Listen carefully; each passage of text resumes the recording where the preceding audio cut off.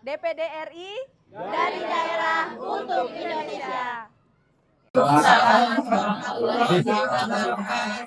Ibunya yang anak wayanya, ibunya. Punten telat. Alhamdulillah alamin. Puji syukur. Kurang biasa ibu. Ayo teh ibu kadang sadayana.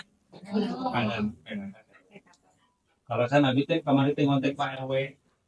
Pak RW nanti ayah. Abdi di DPD RI. Dia berumpaheun penyerapan aspirasi penginten reses di masa reses anggota DPD. Nepangkeun ieu Ibu Agita Nurtianti, anggota DPD RI perwakilan Jawa Barat. Terang DPD RI teh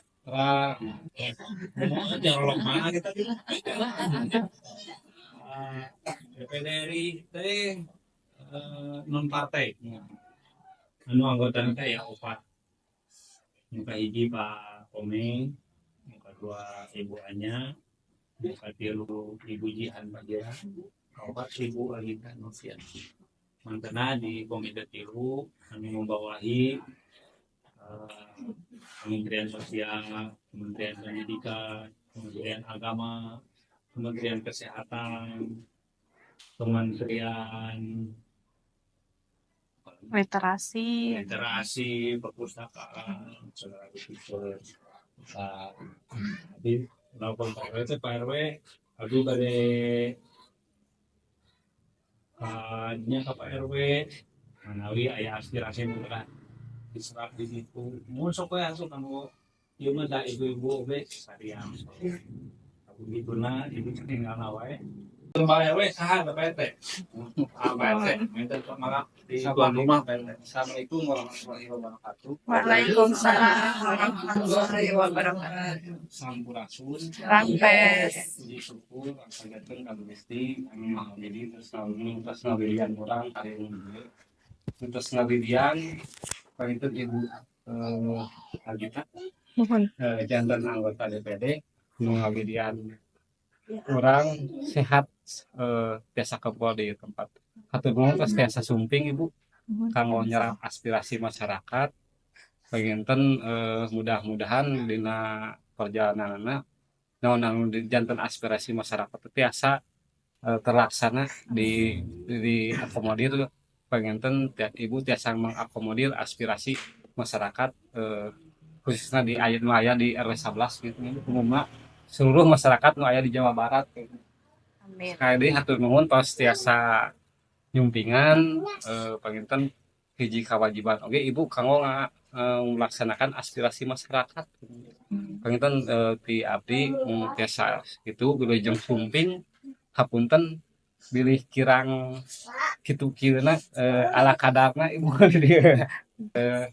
ngajemprak hatur nuhun mangga panginten sakitu ti abdi ngawaktian Pak RW hatur nuhun sagung-agungna Wassalamualaikum warahmatullahi wabarakatuh. Waalaikumsalam warahmatullahi wabarakatuh. Waalaikumsalam warahmatullahi wabarakatuh. Hatur nuhun Bapak, Bapak-bapak di dieu sareng ibu-ibu sadayana kader PKK.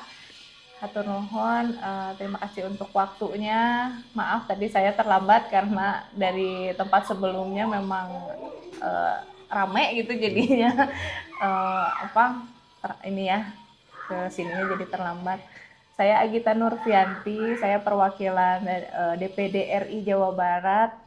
Karena ada 4 orang sebetulnya, tapi kan kita beda-beda komite ya. Kalau saya sendiri dari komite 3 seperti yang sudah disampaikan oleh Kang Budi tadi, ada kesehatan, pendidikan, agama, sosial juga gitu.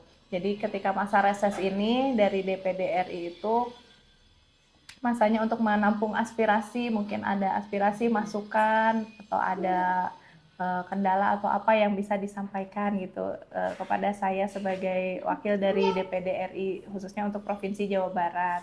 Untuk tiap provinsi kan masing-masing ada 4 orang gitu. Untuk Jawa Barat pun sama ada 4 orang.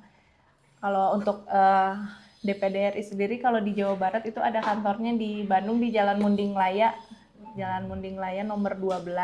Di sana juga bisa kalau misalkan Bapak atau Ibu misalkan ada penyampaian aspirasi juga misalnya bisa datang ke sana gitu Pak, datang ke kantor kami di Jalan Munding Laya nomor 12. Gitu. Ketika masa reses ini kan saya bisa menampung aspirasi dari masyarakat. Nah, nanti setelah masa reses berakhir, saya kembali lagi ke Jakarta bisa untuk menyampaikan gitu aspirasi yang ada di daerah ini gitu. Di sana biasanya bertemunya dengan kementerian-kementerian terkait gitu seperti itu. Jadi mungkin bisa langsung aja ya kalau misalkan ada aspirasi atau apa yang mau disampaikan, mangga gitu aja Pak. Mungkin. Kegiatannya, mungkin ibu-ibu PKK kegiatannya seperti apa, program yang sampai ke sini dari pemerintah apa aja, mungkin ada dari Posyandu juga ya di sini.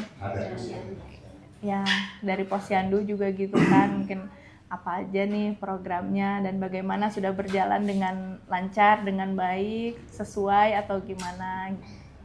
Mangga. Mangga, mohon. Kadang-kadang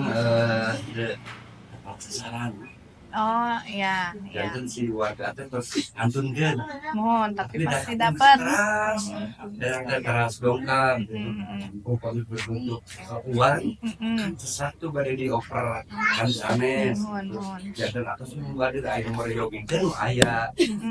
Kan bawa itu dia aja daya wae. Aya sama terang we aya. Berkawin data itu. Iya. Ambil teh. Ya pemutahiran data ya Pak ya. Kalau untuk Dinsosnya sebetulnya pemutahiran data per 3 bulan ya Pak ya. 3 bulan. Iya. Tapi itu dari sini udah diperbaharui data. Kita itu suka muskal ya. Muskal beberapa hari muskal di tapi data tersebut masih tetap karena muskal itu sering kita muskal pengajuan data baru, warga baru, karena kan keadaan masyarakat itu nggak tetap.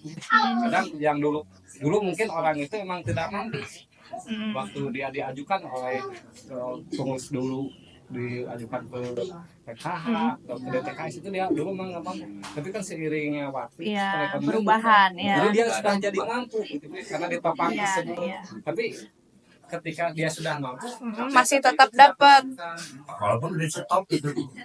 Sebetulnya ya. Santai mah ngobrol biasa. Kalau dari sini mah sebenarnya udah diupdate gitu ya datanya teh. Sampai yang terakhir ini masih dapat. Yang sekarang masih. Maksudnya orang yang itu udah masih dapat. Tapi kan sekarang udah berkurang. Tadinya gue kalau dulu masih tetap aja. Sekarang udah ada perubahan sedikit. Jadi udah berkurang, cuman yang diajukan penambahan belum masuk. Belum masuk. Oh, yang barunya yang itu yang belum. Yang dulunya berkurang, tapi yang barunya belum masuk. Yang baru belum masuk, tapi kalau misalnya kayak yang sudah meninggal atau yang sudah mampu masih dapat nggak sekarang yang terakhir ini? Yang terakhir ini udah nggak berarti, tapi yang baru belum dapat gitu ya? Belum masuk data baru itu belum terupdate. Sama BPJS. Kalau BPJS itu datanya dari mana ya? Karena saya ngerti. Karena di RT saya pernah ada yang dapat BPJS gratis. Itu orang mampu semua. Makanya begitu BPJS gratis datang, saya nggak langsung dibagiin, ditanya dulu. Iya. Pak, ini mau diterima enggak? Ya kelima-limanya yang nerima. Kalau sembako cuma saya tolak, tapi kalau BPJS gratis mah saya terima. Padahal kan di bawah dia banyak yang memutuskan tidak diakses. Itu tahu data dari mana? 5 orang udah selesai, orang mampu semua, pengusaha semua. Sampai saat ini masih terima? Nggak tahu, karena udah dikasih. Yuk dilanjut ibu-ibu. Posyandu manawi sok ayat keluhan. Mungkin nanti datanya aja ya Pak ya. Itu udah 2 tahun ya BPJS. Sok kadal PKK. Di luar kadal PKK. Mana memang DTKS ya Bu? Saya kan dulu pernah punya DTKS, pekerjaan suami kan guru harian lepas. Kalau sekarang dilihat di kelurahan udah nggak ada, soalnya kakaknya ada pegawai swasta. Katanya kalau yang ada keluarganya pegawai swasta itu otomatis katanya dibiayai oleh anak tersebut. Padahal kan anaknya Misah ya Bu ya? ya bukan, maksudnya kan pekerjaan dapat uang juga kan untuk sendiri dia gitu, jadi nggak ngebiayain buat Orang tua. buat orang tua. Itu gimana sih Bu? Jadi saya kan asalnya punya DTKS, sekarang udah nggak ada. Saya kan masih punya anak sekolah, Oh iya. Iya. katanya dari Kemensosnya. Iya. Mungkin nanti bisa saya ini konfirmasi ya ke dinas sosial ya Bu ya, untuk di Jawa Barat Ya, ini gitu kenapa ya. ngaruh gitu kan, biasanya ngaruh kan kepala keluarga, pekerjaan kepala keluarga. Itu aja. Iya. Nggak boleh gitu. Mungkin bisa dibikinkan aturannya buat ibu supaya setiap keluarga itu kan pertumbuhan sosial tinggi. Nah, jadi ini dapat, ini juga, jadi saling inilah. Jadi yang disalahkan itu tetap terus sudah selektif lah masing-masing keluarga itu ini yang mampu, baik BPJS, baik bantuan-bantuan. Dan sosial. Jadi mungkin bisa nanti diarahkan ke atau dikasihkan ke aturan waktunya itu. Apa aja yang berhak Iya. menerima siapa aja gitu. Ada panduannya ya Pak ya. Supaya kami tidak Kalau dari kelurahan nggak ada Pak? di kelurahan itu ada memang dari kader PKK dia di kelurahan, nah cuman kadang-kadang kita nyampe juga ke Warga ya.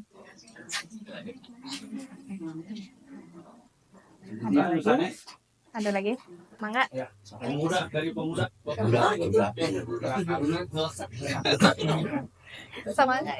Saya Bismillahirrahmanirrahim. Ibu, perkenalkan saya Puji. Di sini juga ada 2 posyandu. Bukan saya ketua posyandunya. Ini juga ketua posyandu. Posyandu. Di wilayah RW 11 itu ada 2 posyandu, Kaswari 1 dan Kaswari 2. Untuk kan karena 8 tahun ini ada gencar penurunan stunting, tapi sih alhamdulillah di RW 11 ini enggak sudah sedikit gitu ya, cuman ada sekitar 6 stunting gitu. Kalau masalah stunting dari kecamatan juga udah banyak bantuan-bantuan gitu Program ya. PMP gitu atau misalnya itu. Cuman kalau kita masalah di posyandu sarana dan prasarana gitu. Kebetulan kalau ini kantor RW ini digunakan di posyandu Kaswari 1. Nah, kalau Kaswari 2 itu kebetulan di rumahnya Bu RW karena lokasinya kan RW 11 itu kan luas gitu. Cuman kalau di sini kita kekurangannya dari meja, Bu. Kan kebetulan kita cuma punya meja kecil. Nah, kalau misalnya ada lansia itu nggak bisa duduk gitu. Kalau masalah itu aja Harus di kursi ya kalau lansia mah ya. itu sarana prasarana itu kekurangannya kita itu. Terus kalau di ya itu sama Apalagi Kaswari 2 karena itu di rumah lokasinya Iya. gitu. Kalau itu juga mereka pasti kekurangan dari meja gitu ya. Kalau ini Kalau untuk ini tuh kan jadinya ada 2. Jadi waktunya beda ya kalau dua jadwal. 2 jadwal ya. Tapi pagi balita, siang lansia gitu. Enggak, satu jadwal kan. sekarang mah udah nggak ada layanan primer kan. Oh jadi bareng. Iya. Jadi nggak dipisah waktu ya. Cuma ininya ada 2 posyandu gitu. Iya. Cuman emang kitanya sih kendalanya itu ya sarana dan prasarana sih kalau di posyandu. Di sini ya kalau yang Yang satu, satu. yang satunya lagi di di rumah Pak RW. di rumah Pak RW. Terus kalau untuk kunjungan sih juga memang agak susah ya. Jadi kalau kunjungan balita itu pasti ramai ketika antara vitamin A sama obat cacing. Nah, tapi kalau kita juga masalahnya kalau terdata itu yang stunting 6 orang, tapi sebenarnya itu lebih banyak. 6 orang teh dari 2 posyandu ini. Iya, itu. Karena terdata di puskesmas juga namanya ada 6 orang itu. Cuma sebenarnya yang terdata itu banyak. Cuma masalah kita tuh penyampaian ke orang tuanya, kalau misalkan orang tersebut ya balita tersebut stunting gitu misalkan. Terus mereka juga kalau kita mendata apa sih ada embel-embelnya mau dapat apa atau apa gitu. Tapi mereka kalau misalkan dinyatakan misalnya anaknya stunting gitu, itu menerima nggak? Enggak. Denial ya? Nah itu sih kan Nggak kita terima susah gitu ya? itu. tabu. Padahal sama kita sih memang kadang udah berusaha, udah dijelaskan. Ada mah mau dibantu ya? Bukan mau ini ya, mau ditingkatkan gitu ya, dipantau gitu kan ya. Mungkin bisa lebih pendekatan lagi ya ke orang tuanya, karena kan kasihan si adeknya ya kalau kayak gitu mah. Biarin semuanya bisa masuk data gitu kan, jadi semua bisa ikut programnya ya. Tapi itu rutin mereka hadir ke posyandu. Itu kadang kalau yang sudah Kalau udah dinyatain terus sukanya stunting, jadi nggak mau. Justru harusnya ya. tapi kan kadang sama kita di sweeping juga sih Bu gitu kan, kalau misalnya nggak hadir di posyandu kita sweeping juga. Tapi ya itu kadang ada yang menerima ada yang enggak gitu. Ya contohnya kan ada di sini, yang ini misalnya itu kan stunting kan, tapi alhamdulillah orang tuanya menerima. Kayak ini untuk ini kayak gitu, tapi kan standarnya gitu kan. Itu dari alhamdulillah orang tuanya udah menerima gitu, nggak apa-apa. Iya, nggak Yang apa-apa lain ada. semua, Bu. Nggak apa-apa ada, bukan ini ya, justru malah mau dibantu untuk disesuaikan dengan ininya kan, standarnya gitu. Karena kayak aku Ya, banyak yang menerima. Mungkin bisa pendekatan dari kader posyandu ya untuk masalah yang seperti itu gitu, karena kan mengajak gitu, atau mungkin bisa lebih kreatif lagi, mungkin diadakan acara apa gitu, kegiatan apa gitu selain penimbangan berat badannya kayak gitu mungkin bisa ada acara bermain untuk anaknya gitu. Ada ingin carinya teh embel-embelnya ada apa? Atau mungkin kalau misalnya kayak di sini ada PAUD, ada PAUD ada sih. tapi anak-anaknya ikut PAUD itu Nah, ya? waktu itu Oh, enggak ikut juga. Ya mungkin pendekatan dari kader posyandunya ya. Tapi kalau untuk fasilitas yang lainnya mah ada, kecuali meja kayak gitu ya. Kalau lansia mah berarti di kursi gitu ya.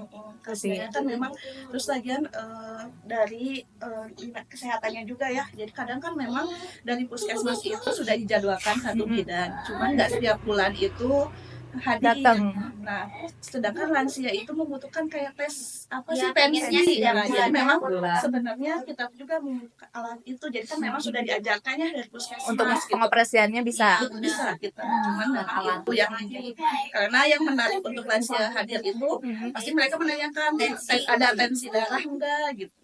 Untuk pengecekan ya. Cuma 1 tahun sekali kalau Iya, dari puskesmas. enggak dua kali.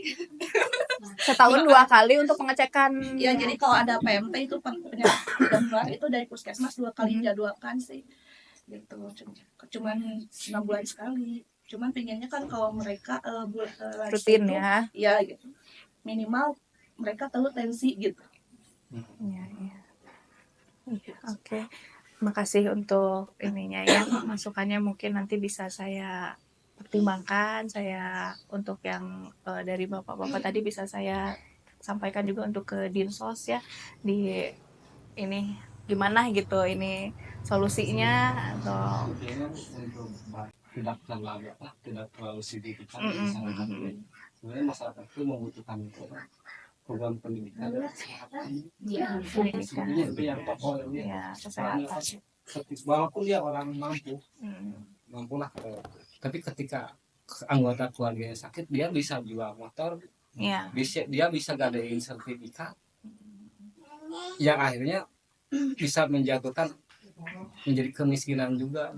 Sebetulnya itulah yang pokoknya itu, sebetulnya itu. Dan yang tabu itu kenapa program Kemensos itu seperti PIP, pendidikan, kesehatan malah banyak dimanfaatkan oleh satu partai apa gitu. Iya, Padahal iya, itu kan program pemerintah. Iya betul. Itu program pemerintah. Iya. Tapi Itu mah dimanfaatkan? penyalahgunaan itu Penyalahgunaan. mah Pak ya. Kalau untuk yang program seperti PIP, KIP itu kan itu sebenarnya program pemerintah yang seharusnya disalurkannya ya sesuai aja gitu. Bukan mungkin kalau disalahgunakan menjadi ketika kampanye Ya, gitu baru jadi ada gitu orang program itu gitu untuk seperti orang itu. untuk mengeluarkan pilihannya kebebasan dalam memilih itu merasa terbatasi.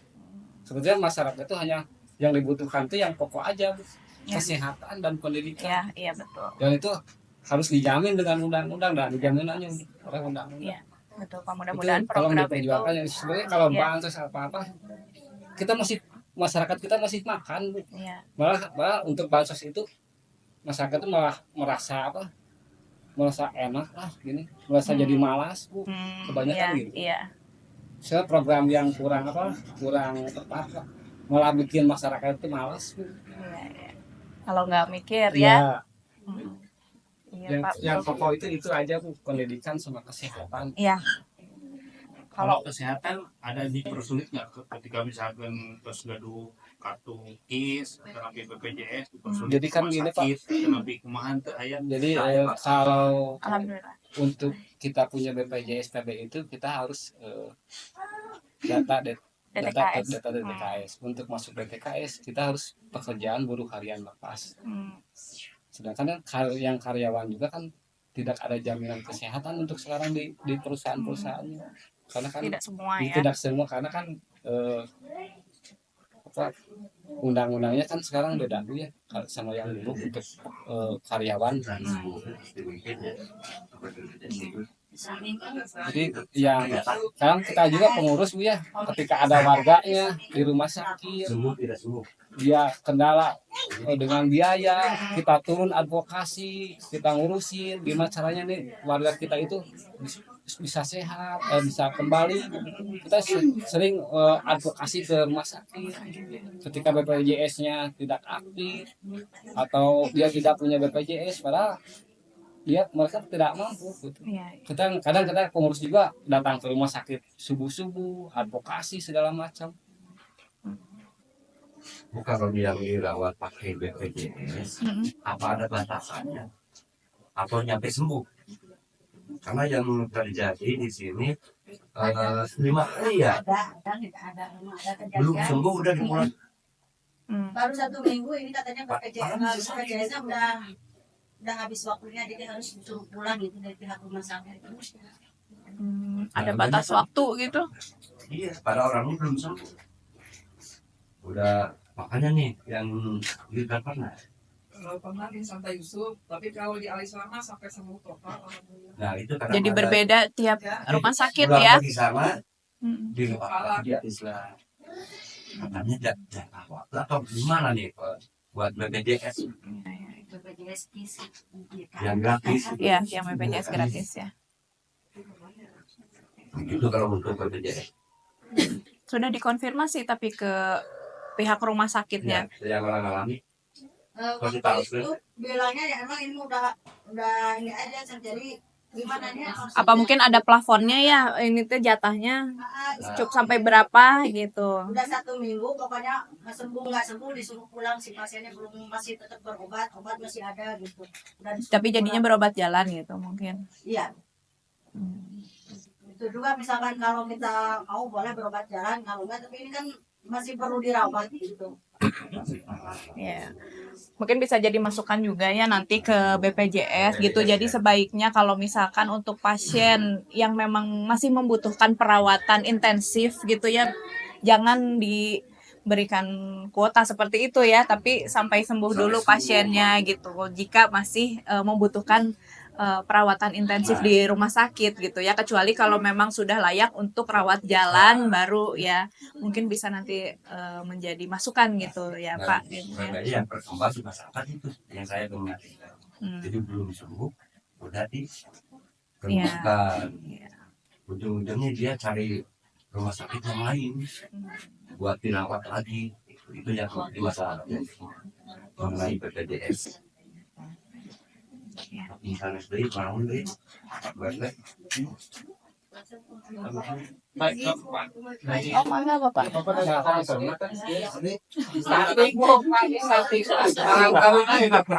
Ketuanya yang pemuda, nanti ketua pemuda Mungkin tambahannya Bu, mungkin kesehatan tadi udah diobrolkan, kesehatan ini mungkin masalah pendidikan Bu ya, yang lebih penting di kita ini masalah zonasi Bu ya. Iya. Nah, zonasi kan yang selalu menjadi kendala Iya, di betul. masyarakat gitu kan. Sama prestasi Bu, kadang-kadang prestasi Jalur prestasinya jalur prestasi kita bagus, tetap kita tidak bisa masuk, kalah sama wilayah sekitar zonasi. Sementara kan di zonasi dihitungnya kan per 500 meter gitu Bu, Ya. per wilayah. Kalau bisa dikayak dulukan lagi sistem NEM gitu Ya. kan. Jadi si anak juga yang berprestasi kan bisa masuk juga. Cuman yang kendala sekarang itu sekolah itu semua yang harus masuk itu melalui DTKS Bu. Sementara untuk mendapatkan DTKS itu sulit Bu. Kayak jalur afirmasi gitu kan kita daftar DTKS nih ke kelurahan, nunggu muskal selama 3 bulan gitu kan baru keluar gitu kan. Yang jadi kendalanya kadang-kadang kan yang dari luar pun pengen dapat DTKS kan, kita kan sekarang nggak ada sistem SKTM kan Bu, udah dihapus SKTM. Domisili pun dihapus. Kadang-kadang warga sekitar pun yang kebanyakan tinggal di sini kan bukan warga asli. Iya. Dia pengen masukkan anaknya, tapi harus ada domisili. Sementara Iya, kan iya. di pemerintahan sekarang domisili kan sudah nggak ada gitu kan. Harusnya kan bikinnya SKTS gitu kan, SKTS yang surat pindah sementara itu. Yang jadi kendala itu yang saya mohon pertama mungkin di segi pendidikan itu jalur zonasi Bu, karena kasihan lah. Iya. Sepintar apapun anak kita, kalau kita udah kena zonasi kalah sama yang bodoh gitu. Iya. Percuma gitu kita pintar-pintar anak kita ikut les ikut apa, pas giliran kita masuk ke negeri kalahnya dengan orang yang sekitar gitu kan, yang nggak punya apa-apalah gitu istilahnya kan dari segi pendidikan. Jadi mau diperhatikan itu jalur zonasi Bu, Iya. karena kasihan yang anak-anak di sini kan banyak juga karena gini Bu, di Arcamanik ini tidak ada sekolah negeri SMA Bu. Itu kendalanya Bu. Sementara sekolah negeri itu adanya di Bakansari, Kecamatan Bakansari, Iya. Antapani. Antapani. Iya. Sementara di Arcamanik ini yang SMP negeri aja cuma 1 yang di 17. Oh, yang di Itu pun ya, jauh Bu lapas dari ya, jangkauan. depan lapas. Karena kita masuk ke sekolah 17 juga kan zonasi. Iya. Itu kan lewat dari 500 meter udah gak kena Bu gitu. Iya. Yang dekat di sini aja 45 kita udah nggak bisa masuk Bu SMP-nya. Padahal dekat itu Bu, kurang dari 1 kilo itu, kurang dari 1 kilo tapi tetap kita nggak bisa masuk. Jadi ya mohon mungkin ke ya yang komisi Ibu, tolonglah kalau bisa di wilayah Arcamanik ini adalah pembangunan sekolah negeri gitu, SMA, SMP yang bisa menampung ya anak-anak di sini yang nggak bisa masuk ke negeri karena jangkauan dan wilayah Bu. Iya. Itu yang mungkin aspirasi dari masyarakat juga selain kesehatan BPJS dan yang lainnya mungkin Bu, itu yang mau diperhatikan Untuk gitu. pendidikan Dan ya. satu lagi Bu, mungkin untuk ijazah ya Bu. Hmm. Kadang-kadang kan kita pengen mengeluarkan ijazah dari sekolah itu kan hanya lewat partai. Kebanyakan lewat partai Bu. Kalau misalkan ada pemilihan, pemilu apa, sok saya untuk buka ijazah, aku saya dibantu dengan jaminan kita nyoblos gitu kan. Ya kan Bu, semuanya juga hampir gitulah. Udah normatif itu makan dalam hal itu. Tapi dari segi pembiayaan, apakah begitu mereka udah jadi, kita minta bantuan, apakah kita dibantu? Kadang-kadang sampai sekarang juga enggak Bu, gitu kan. Tetap kita harus berjuang gitu kan, agar ijazah anak kita itu yang tertunggak karena biaya, tetap kan kita harus mengeluarkan biaya gitu kan. Sementara pemerintah, wali kota maupun apa, udah sosialisasi, jangan ada yang menahan ijazah. Kan tiap-tiap itu kan begitu bicaranya. Tapi kenyataan di lapangan Bu, beda. Kenyataan di lapangan itu beda. Itu yang susah bagi warga yang mungkin ekonominya lemah, ekonominya kurang, untuk menebus ijazah aja kita perlu kemana? Itu yang harus diperhatikan Bu. Jadi mohonlah Ibu sebagai komisi di bagian ini bisa memperjuangkan hak-hak rakyat gitu dari segi pendidikan, utamanya zonasi, ijazah dan yang lain sebagainya Bu. Mungkin itu dari saya Bu. Makasih. Terima Pak. Masalahnya sampai saat ini bukan hanya di sini Pak ya, pasti di kebanyakan banyak nasional tempat itu. juga memang begitu. Dan untuk zonasi ini juga memang di tahun ini dengan pemerintahan yang baru akan dikaji ulang.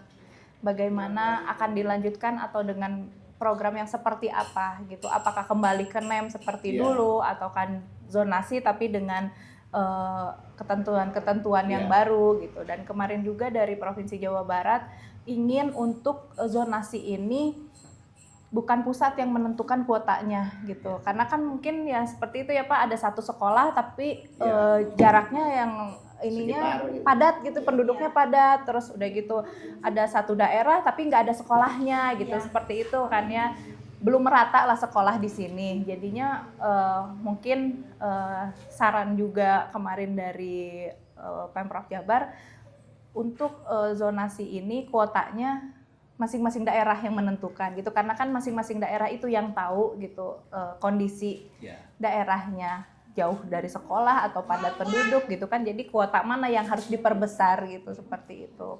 Jadi ini mungkin memang akan dikaji ulang di pemerintahan yang baru ini. Mudah-mudahan saya pun sebagai orang tua gitu mendapatkan sistem yang lebih baik lah gitu untuk pendidikan anak-anak kita.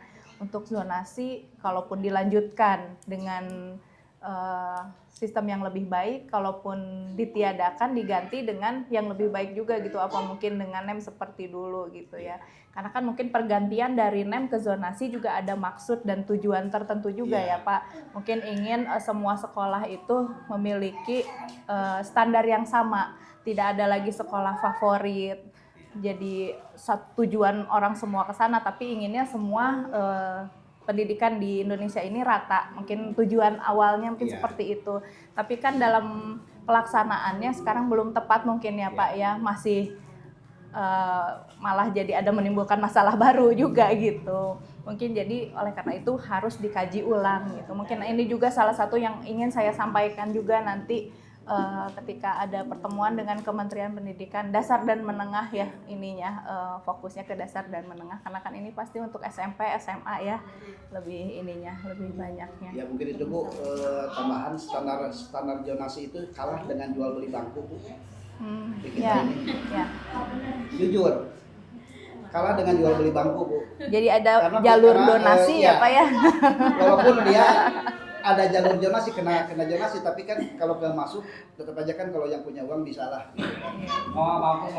Ya, itu udah normatif ya, udah bukan rahasia umum ini lagi gitu kan, udah rahasia umum lah itu mah sistemnya gitu. Yang kasihannya kan selain jalur zonasi yang nggak mampu juga yang berprestasi pun kayak anaknya Pak RT nggak bisa masuk ke negeri. Nggak bisa masuk ke negeri, dia pencaksilat nasional, dia punya kejuaraan. Anak Pak RW pun nggak bisa masuk ke negeri ke SMA, masuknya ke SMK kan. Karena kan SMK per 2 kilo kan bisa di ininya kan dari segi jarak gitu kan. Jadi yang punya prestasi di bidang olahraga pun di kita susah Bu untuk masuk. Itu contohnya anak Pak RT nggak bisa masuk sama sekali. Akhirnya disuruh beli bangku. Jadi jalur donasi ya Pak ya. Bukan jalur prestasi, malah jalur beli bangku. Ya, jalur kursi. Ya itulah memang masih harus dibenahi ya untuk sistem pendidikannya, bagaimana baiknya yang, karena diperbaiki seperti ini ada aja celah yang lain gitu ya. Pengen seperti ini mungkin ya. Kalau maksud sih mungkin inginnya sama rata semua sekolah di Indonesia ini gitu, dari segi nggak ada lagi lah sekolah favorit, jadi semua sekolah sama, mungkin maksudnya untuk itu, tapi kan belum, dalam pengaplikasiannya mungkin belum tepat ya, belum bisa sejalan lah dengan yang diharapkan gitu. Jalur zonasi juga aman Bu kalau pemerataan sekolahnya di tiap wilayah. Betul, sekolahnya ada di semua. Penambahan sekolah juga penting mungkin ya supaya bisa. Itu jadi itu SMP dulu cuma 1, SMA-nya nggak punya. Apalagi tingkat di kelurahan. Sebetulnya jalur zonasi juga aman, bagus kalau pemerataan sekolahnya itu.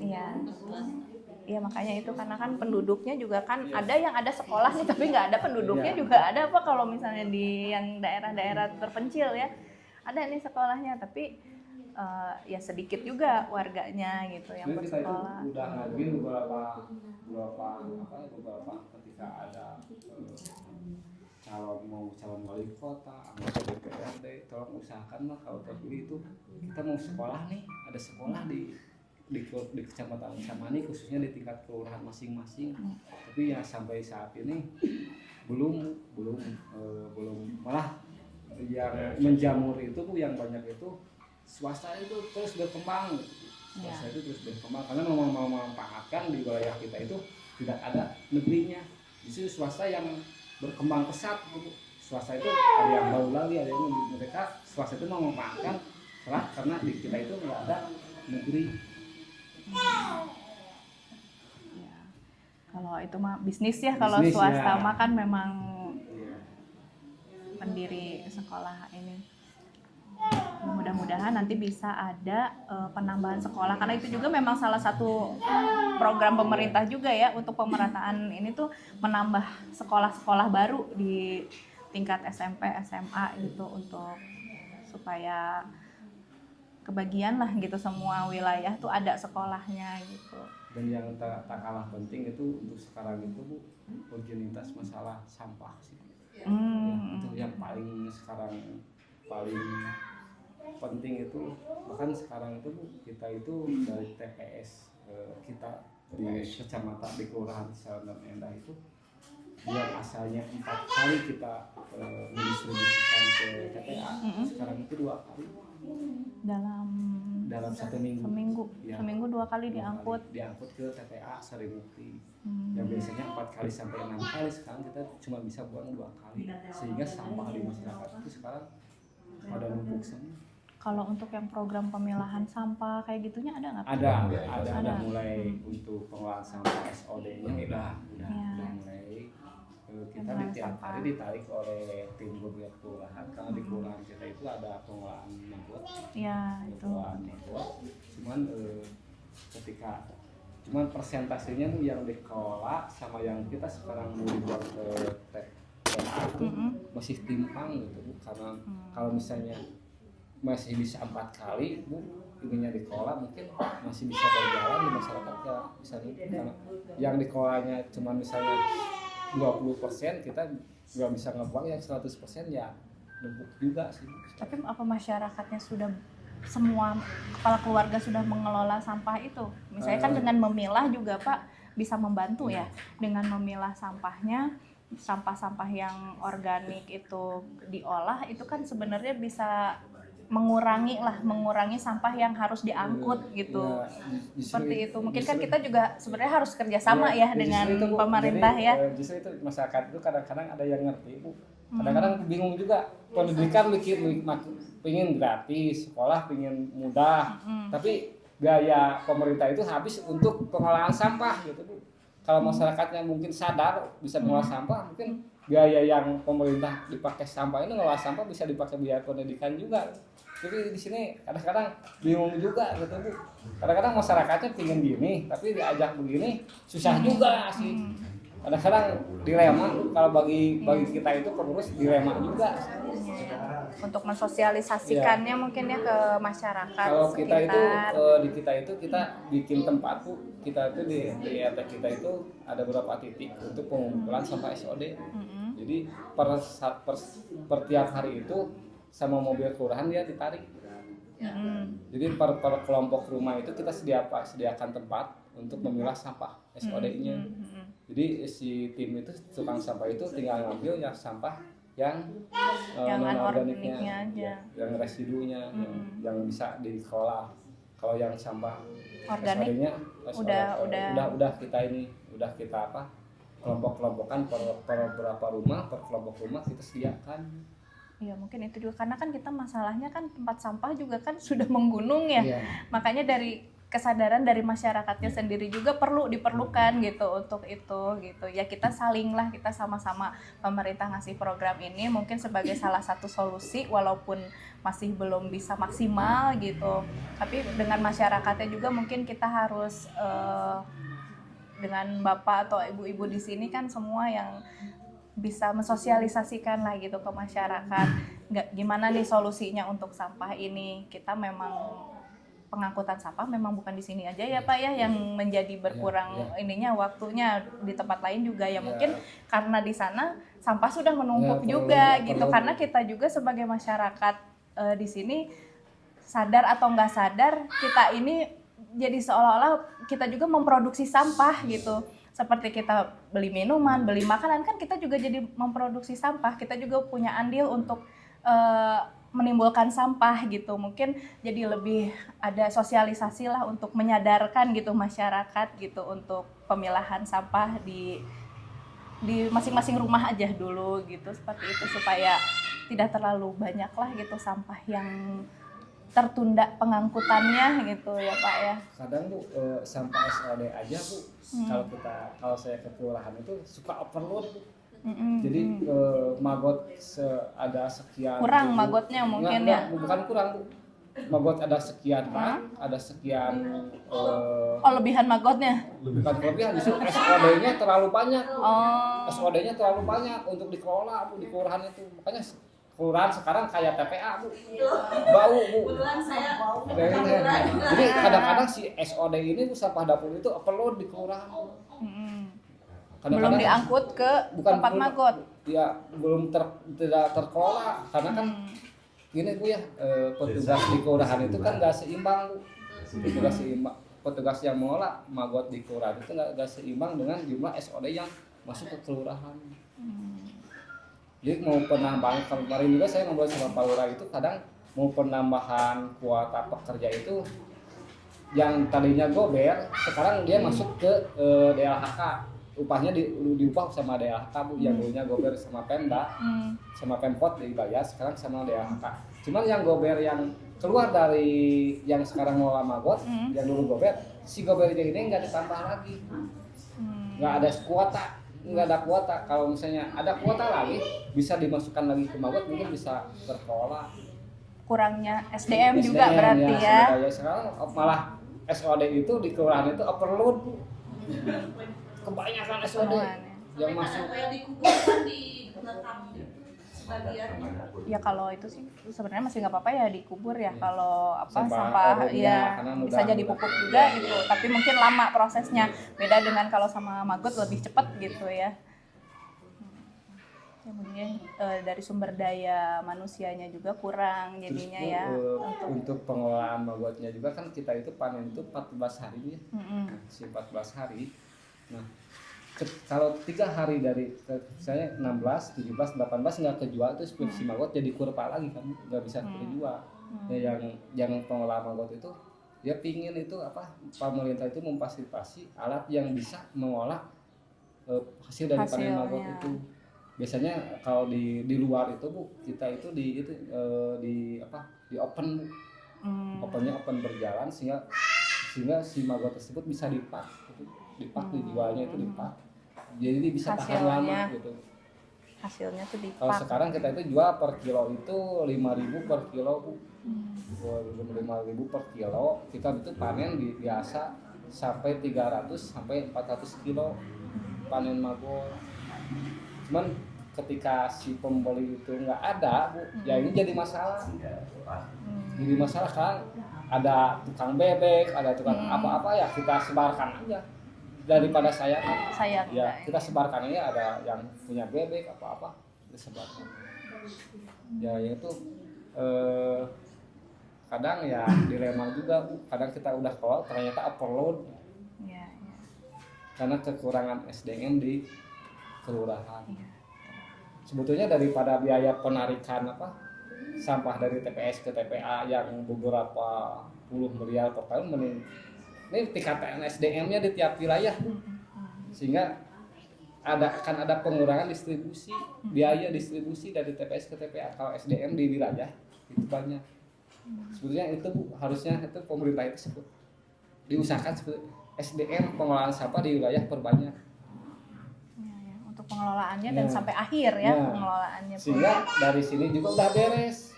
Kita mau beres di mana, di tempat kalau SDM di sininya nggak ada Bu. Kalau SDM-nya di sini ada, ke sini juga pasti nggak ada. Ya, mungkin SDM-nya harus ditingkatkan juga gitu ya, kesadaran masyarakatnya juga disosialisasikan untuk pembuangan sampah, pemilahan sampah gitu ya. Jadi biar semuanya berkesinambungan lah ya Pak ya. Gitu. Mudah-mudahan aspirasi yang disampaikan hari ini bisa saya teruskan ya. Ya, dan ya sementara sih saya tampung dulu, nanti bisa saya teruskan, bisa ada tindak lanjut dan mudah-mudahan bisa ada hasil yang baik gitu ya Pak ya. Ada lagi? Udah mau menu badai kemarin deh. Kan di warga saya di sana rumah bongku atau saya di Basarnas di kelurahannya di dinas kan terus bongkar, tapi ini tak ada tindakan gua gitu di sedih nih orang teh Bu kan aja nama orang aja pas yatim piatu kan punya besok lah sedih teh mudah-mudahan teh bapak di mana Bu teh keluarga itu teh Bu, satu keluarga ya yang tinggal di situ. Rumah pribadi. Rumah pribadi Pak. Robo jadi bobona tadi mana? Apa nu dua teh teh. Kan tos yatim piatu Pak. Kata Pak. Jadi kemarin juga dari DPK 3 itu sudah datang, cuman karena akhir tahun anggaran sudah tidak ada anggaran.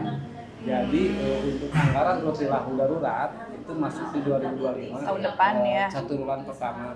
Jadi karena mungkin anggaran Rotilahu daruratnya sudah habis karena akhir tahun, jadi dimasukkan ke anggaran di darurat bencana di 1 bulan pertama 2025 setelah ketuk palu anggota DPRD. Ya, cuman kan kalau darurat ya. Jadi kemarin dari DPK 3 juga, tolong kalau mau diperbaiki jangan karena kalau sudah diperbaiki ini nanti pas survei terakhir katanya nggak jadi gitu. Kalau mau ini ya kalau mau supaya nggak terlalu ambruk ya mau dipasang tiang-tiang silahkan, tapi jangan direnovasi dulu. Ya kita juga mau renovasi. Jadi kita juga mau swadaya, cuman kita ingin swadaya itu bebarengan sama yang Rotilahu biar maksimal gitu. Kalau kita swadaya sekarang nanti yang Rotilahunya nggak akan turun juga karena sudah direnovasi. Jadi cuman kita juga udah siap swadaya Bu, cuman kita swadaya ingin bebarengan dengan program Rotilahu biar maksimal. Kalau Rotilahu misalkan biasa Rotilahu itu 22, kalau dalam nominal uang itu 22.500.000, upah 2.500. Tata uang yang untuk bahan bangunan itu 20 juta biasanya ya. Ya. Dari swadaya itu kita udah siap, cuman pingin bebarengan Bu, supaya maksimal hasilnya. Ya emang dari DPK.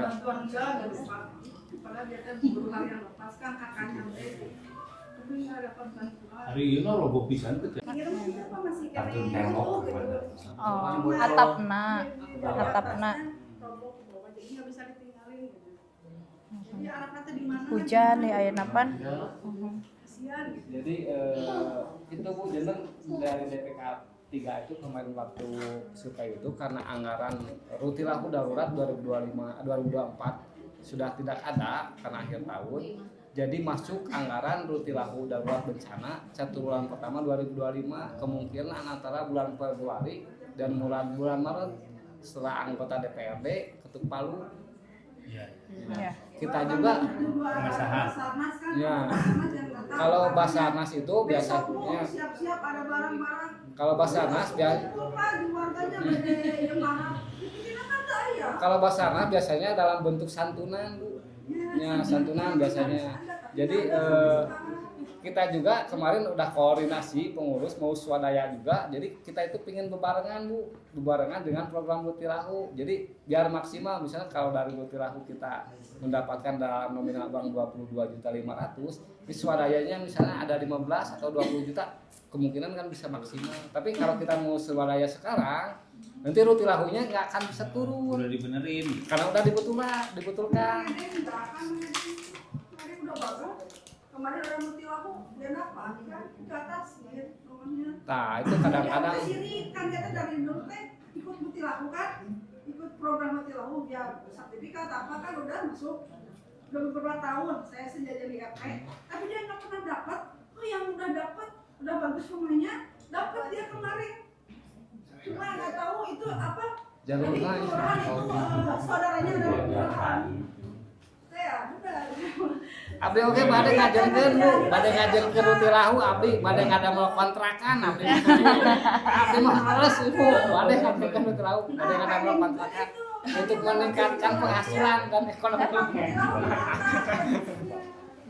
Tampung soalnya bisikan jadi keturun. Tong sirik Ibu, sirik itu tanda mampu. Tenang, jangan panik, tenang. Kalem. Insya Allah 1 bulan pertama 2025 bulan Februarian lah dieksekusi sekali peran swadaya. Ada swadaya dari Saya juga kemarin ngomongnya gitu. Bu tahan aja ya sampai Februari. Ya saya teh kasihan Pak lihat anak-anaknya tidur di mana gitu kan. kurang pangontrakeun ke Ibu. Kalem Bu. Uang kas kalem uang kas kurang pangontrakeun. Iya, atur nuhun sadayana. Mudah-mudahan semuanya bisa diselesaikan ya Bu ya. Dan pertemuan hari ini bisa manfaat buat saya, buat warga di sini juga semuanya bisa saya sampaikan nanti bisa ada solusinya juga. Paling kayak ada tindak lanjutan kalau ya Bapak RW. Pak foto. Hatur nuhun ka sadayana atas kehadiranna. Urang tutup wae ku doa atuh panjenengannya. Katanya. Allahumma sholli ala sayyidina Muhammad wa ali sayyidina Muhammad. Bismillahirrahmanirrahim.